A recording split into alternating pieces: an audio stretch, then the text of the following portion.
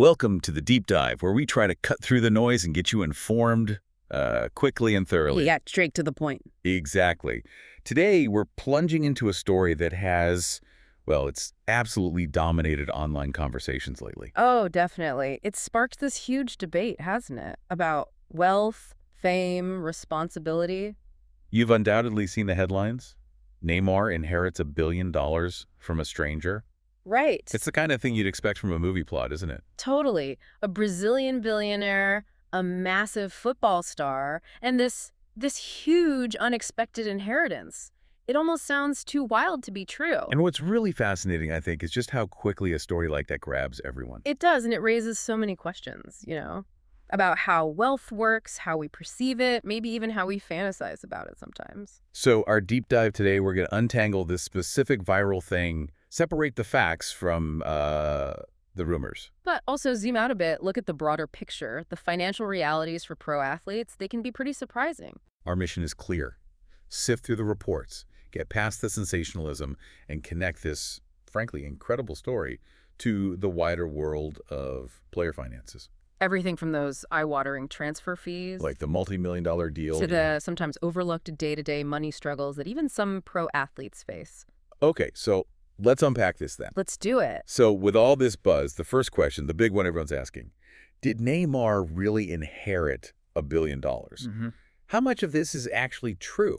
Yeah, that's the critical first step, isn't it? Sorting out what's verifiable versus what's just, rumor mill stuff. The core truth, the part that's undeniable, is that a will naming Neymar as the sole heir. That's real. Oh, okay. So the document itself exists. Exactly. It was formally registered back in June 2023 at a notary in Porto Alegre, Brazil. Right. And the Colégio Notarial do Brazil, that's the National Notary Council, they've actually confirmed it's authentic. So the will itself, fact. And who is this benefactor?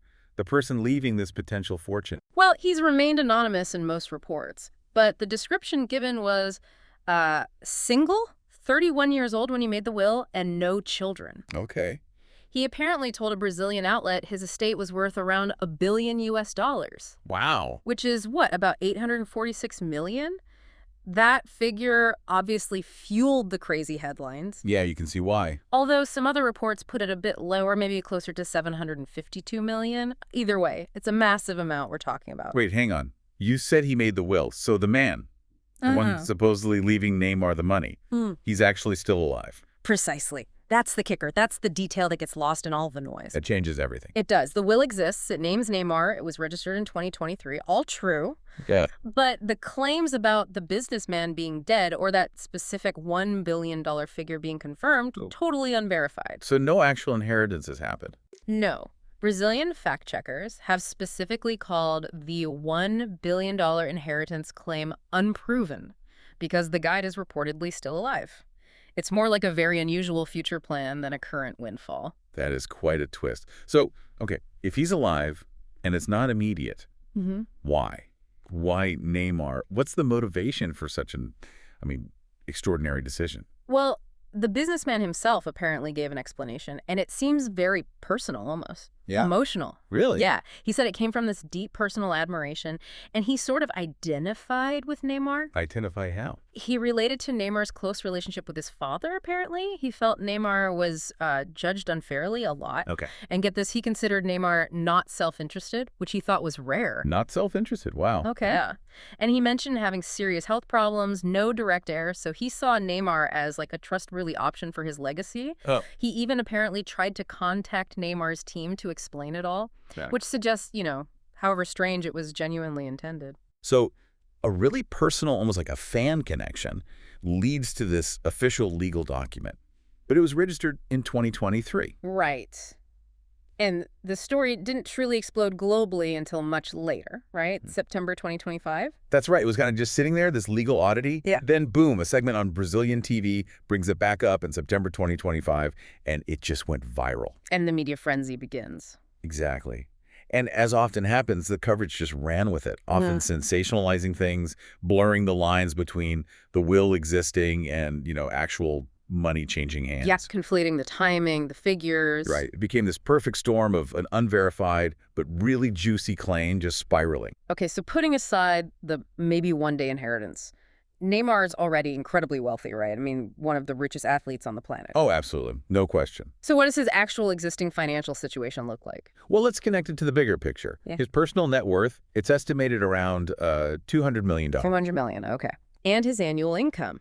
Well, during his time at PSG, it was reported as high as $78 million a year, including endorsements. $78 million a year. And now, with his move to Al Hilal in Saudi Arabia, the numbers are even more staggering.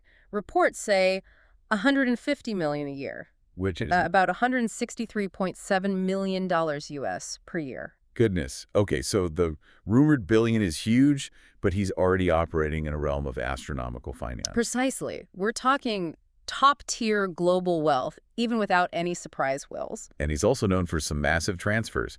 Groundbreaking, but also controversial something. Absolutely. That 2017 transfer from Barcelona to PSG, still talked about constantly. The world record one. World record, yeah. 222 million, that's about 263 million US. Mind-boggling numbers. And it wasn't just the amount, it really sparked a huge debate around UEFA's financial fair play rules. Yeah, the FFP regulations. Explain those quickly. Sure. They're basically designed to stop clubs spending way more than they earn, trying to keep things financially stable. But the Neymar transfer, effectively funded by the state-backed Qatari owners of PSG, made people ask, can these rules really stop clubs with, well, seemingly bottomless pockets?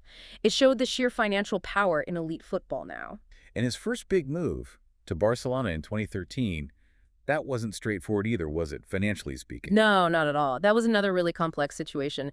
Initially, the fee was announced as $57.1 million. Which is still a lot. Still huge, yeah. But investigations later showed the actual cost was much higher, closer to $86.2 million. Why the difference? Mostly undisclosed payments. To his family, other third parties involved, it got very messy. And led to legal issues. Big time. Accusations of tax evasion flew around. Barcelona ended up paying a $5.5 million fine to settle tax fraud charges related to it. Wow. And Neymar himself. He faced consequences, too. Found guilty of tax fraud back in Brazil for not reporting earnings from, I think it was 2011 to 2013. Ouch. What was the penalty? Pretty substantial. Penalties, interest, back taxes. It totaled around $51.74 million US. So yeah, his career has definitely been marked by these huge, complex, sometimes legally fraught financial dealings. So it's not just about earning these massive sums. It's the incredible complexity of managing it, navigating international finance laws, tax laws. Exactly, and facing intense scrutiny. And his wealth isn't just from playing, right? He has endorsements, investments. Oh yeah, it's a whole portfolio. Beyond the huge contracts, you've got massive endorsement deals. Puma, Gillette, Red Bull, Meta, even Netflix. Big global brands. Right. Then investments, real estate, luxury stuff like yachts, private jets. He even got into NFTs pretty heavily. NFTs, like the Bored Apes. Yeah, reportedly spent over $1 million on 2 Bored Ape Yacht Club NFTs back in 2022. You know those unique digital things on the blockchain? High risk, potentially high reward. Huh. And he does charity work, too. He does. He has the Neymar Jr. Project Institute, which works with underprivileged kids and families in Brazil. So it's a diverse picture. But, despite this fortune, or maybe because of it, there's always debate about how he uses his money. Always. You see comments online about the partying, the gambling, sometimes even whispers of things like money laundering around these huge transfers. Baseless, maybe, but the suspicion is there. Right. And on the other side, people point to his charity work as proof he gives back. It's that constant public tightrope walk. It really highlights that clash between public perception and private financial choices, doesn't it? Definitely. And it raises that broader question, how do pro athletes, especially the ones earning these incredible sums, actually manage it all? Yeah. What are the common challenges they face? Beyond the kind of controversies we see with superstars like Neymar, it's easy to just assume immense wealth means zero financial problems. But the reality, for many, seems quite different. Okay, so we've looked at Neymar's pretty unique situation, the maybe inheritance, the huge existing wealth, the controversies. Right. But what about the wider world of professional footballers? We assume they're all set for life, but you mentioned a study from Belgium. Yeah, a really fascinating study.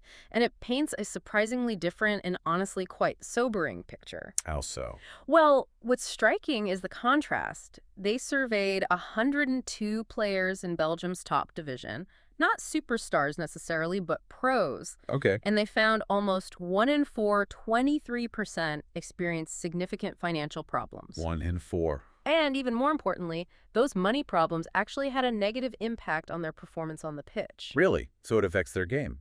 Measurably so, according to the study. It seriously challenges that idea that, once you turn pro, you're financially secure forever. There's this hidden vulnerability. That is surprising. If they're earning pro salaries, even not at Neymar's level, what's causing these difficulties? Well, several key things came out. A big one was just lack of financial knowledge. 56%, more than half, admitted they didn't know enough about financial issues. A real literacy gap. Exactly. And then look at who they turn to for advice.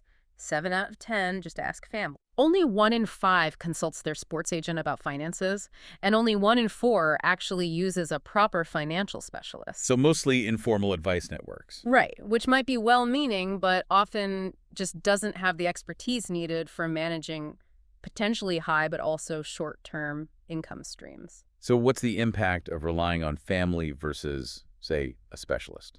The study found a really clear, kind of alarming trend: the risk of financial problems. It's highest when no financial expert is involved at all. Makes sense. And it drops dramatically when a specialist is involved.